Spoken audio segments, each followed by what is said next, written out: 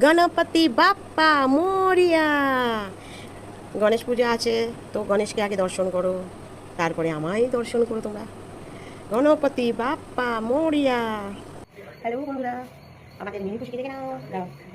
ইয়া आ गया मास्टर, आ गया मास्टर, आ गया। ম্যাও ম্যাও ম্যাও কি বলো বলো। আমাদের মিনি আজকে শিয়াল থেকে ভয় পেয়েছে। এখানে শিয়াল এসছে, ছুট বাড়িতে না দিকে ছুট রাস্তায়। ওই রাস্তায় গিয়ে যদি রাস্তায় গিয়ে খেয়ে নিত কি হতো তাহলে? ওই তাকাচ্ছে দেখেছো, বাইরে দিকে গিয়েছি এরকম দেখছি বাইরে বাবা।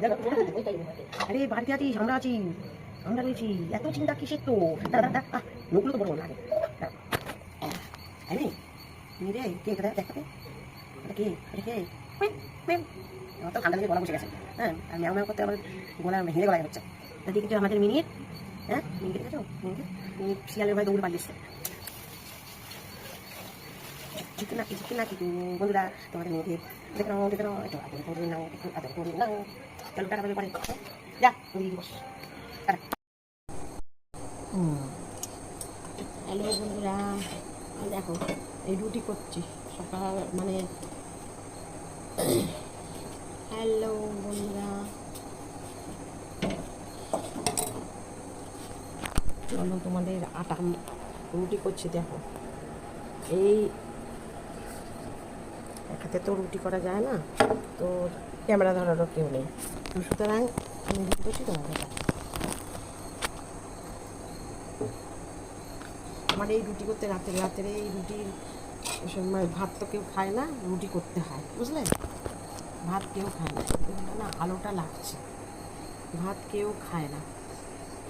রুটিটা হলো আমার শত্রু, কিন্তু রুটি আমাকে করতেই হবে। আমার যখন কর্তা বেঁচে ছিল তখনও সেই, উনি এখন নেই, তো উনি রুটি ছাড়া চলতো না। একদিন যদি রুটি করতে না পারতাম, বাবারে বাবা বাড়ি মাথায় করে নিত। আর এখন ছেলেরা হয়েছে, ছেলেরা একদিন যদি বলি ভাত খেয়ে নেয়, ভাত খাবে না, রুটি খাবে। দেখে চাটুটা আমার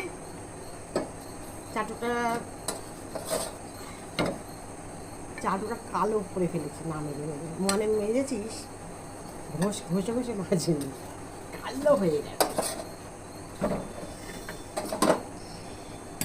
দেখতেই পাচ্ছ রুটি করছে রাত্রিবেলা, খুব কষ্ট।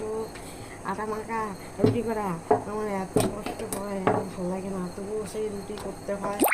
কী করবো, ছেলেগুলোকে খাইয়ে তো বাঁচিয়ে রাখতে হবে। ভাত যদি খায়, আমি হয়তো ভাত খেলাম,